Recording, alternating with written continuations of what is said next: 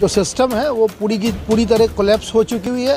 किसी तरीके का कोई छानबीन नहीं करना है, ऑफिस में बैठ के आदेश पारित कर देना है। सर अब हमारे पास वही है कि लोग जो है कोर्ट का ही ऑप्शन तलाश रहे हैं, कोर्ट का ही दरवाज़ा खटखटाएंगे। इससे पहले हम केनरा बैंक के साथ फाइट कर रहे थे, आज हम फाइट कर रहे हैं ईडी के साथ में, कल इनकम टैक्स आ जाएगा। एक बार में क्लियर कर।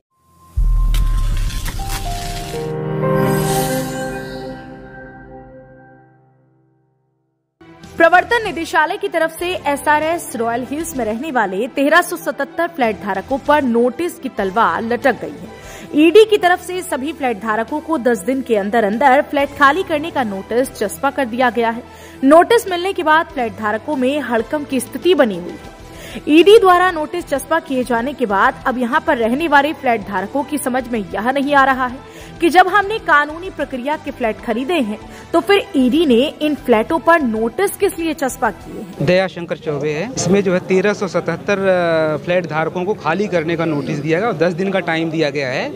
यहाँ पर हम लोग तो 2014 से पद से मिला हुआ रह रहे हैं और पहले केनरा बैंक का नोटिस आ चुका था, अब जो है ईडी का नोटिस आया है और इसके पहले तो लोगों को पता भी नहीं था कि इस तरह की चीज़ें चल रही है और एकाएक खाली करने जिसमें अफरा तफरी लोगों को मच गई है और लोग परेशान। ये notice basically money laundering act के तहत उन्होंने डीडी ने कार्रवाई की है और उस पर फ्लैट धारकों को इस तरह से नोटिस मतलब इनडायरेक्टली खाली करने को बोला, जबकि फ्लैट धारक तो अपना पैसा लगाए हुए हैं, लोगों अलग अलग लोगों के अलग अलग बैंकों से लोन है और ये सब नंबर 1 का पैसा है, फिर भी इसमें मनी लॉन्ड्रिंग एक्ट में सर ये तो बिल्डर पे है, लेकिन परेशान तो फ्लैट धारक हो रहे हैं। अब हमारे पास वही है कि लोग जो है कोर्ट का ही ऑप्शन तलाश रहे हैं, कोर्ट का ही दरवाज़ा खटखटाएंगे, वहाँ से कुछ रिलीफ मिल जाए तो ठीक है। परेशानी बढ़ रही है, घरों में टेंशन बढ़ रही है, कल से ही जो लोग टेंशन में हैं।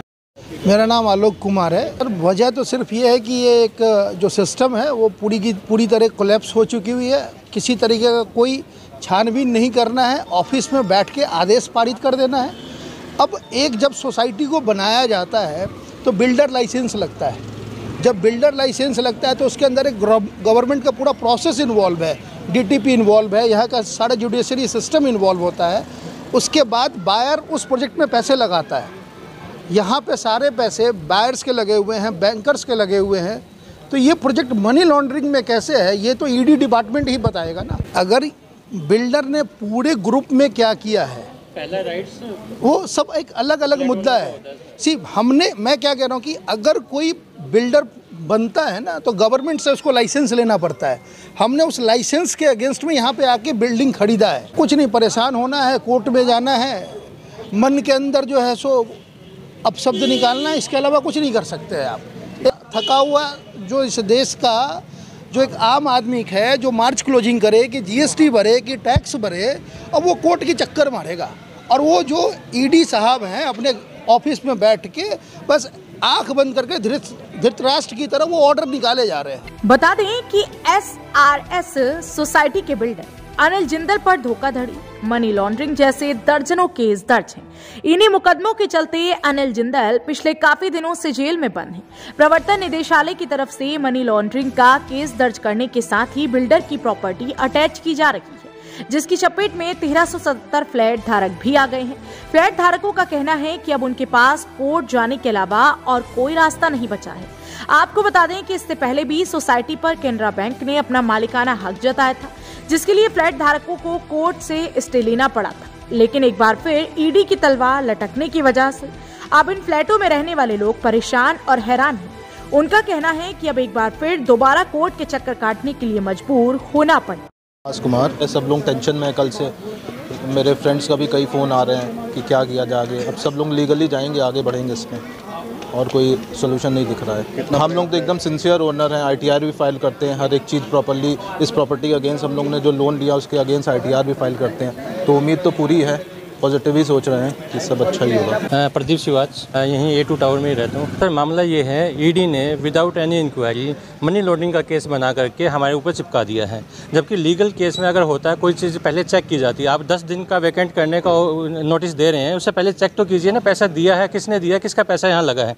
अगर रेजिडेंट इतने सारे हैं, हम लोगों ने अगर SBI से लोन लिया, ICICI से लोन लेकर के यहाँ पैसा दिया है, इसका पैसा लीगल पैसा लगा है ना, मनी लॉन्ड्रिंग तो हो ही नहीं सकती। देखिए जो नोटिस है वो गेट पे, प्रोजेक्ट के गेट पे लगा है, उसमें इंडिविजुअल का अभी नाम नहीं है, बट उसके अंदर ये है कि आप सबको खाली करना है। तो अगर खाली करना तो वो यहाँ प्रोजेक्ट पे क्यों लगाएंगे? आपका लगाना है तो आप SRS पे लगाइए, SRS के घर पे लगाइए, उसके ऊपर केस कीजिए या उससे आप रिकवर कीजिए। जो 8 साल पहले पोजेसन हो चुका है उसके ऊपर तो कुछ भी नहीं बनता ना। कोई भी बंदा ये बोले आप 8 साल से यहाँ रह रहे हो और 8 साल के बाद मनी लॉन्ड्रिंग हुई है, तो आप चेक कर। सर इसमें हमारा दो हैं। सबसे पहले हर बंदा अपने लीगल एस्पेक्ट में जा रहा है, वो काम कर रहा है। हम लोग जो भी हाई कोर्ट, सुप्रीम कोर्ट, हर बंदा इंडिविजुअली हम लोग उसमें केस में अप्रोच कर रहे हैं। सेकंड, मैं तो आपके माध्यम से कहना चाह रहा हूँ कि इसके अंदर जो भी ED के जो भी बड़े अफसर्स हैं, जो भी अथॉरिटी है इसके अंदर, और CMO PMO इसके अंदर इन्वॉल्व हो, वो चेक करे जी 1400 लोगों को, 1400 फ्लैट ओनर्स को वैकेंट करवाना छोटी चीज़ नहीं है। इसको सिर्फ हमारे पास पोजेसन है, लेकिन अभी तक हमें वो ओनर ही कंसिडर नहीं कर रहे हैं। इससे पहले हम केनरा बैंक के साथ फाइट कर रहे थे, आज हम फाइट कर रहे हैं ED के साथ में, कल इनकम टैक्स आ जाएगा। एक बार में क्लियर करें, जो भी CMO PMO जो भी हैं गवर्नमेंट ऑफिशियल्स हैं, वो चेक करें, एक बार इंक्वायरी करवा लें कि पैसा कहाँ से लगा है। मेरा इतना ही कहना है आपके माध्यम से कि आप इस चीज़ को वहाँ तक पहुँचाएं। हरियाणा वरदान के लिए फरीदाबाद से जितेंद्र बेनीवाल की रिपोर्ट। देश व प्रदेश की खबरों को सबसे पहले देखने के लिए हरियाणा वरदान चैनल को सब्सक्राइब करें, लाइक करें व शेयर करें।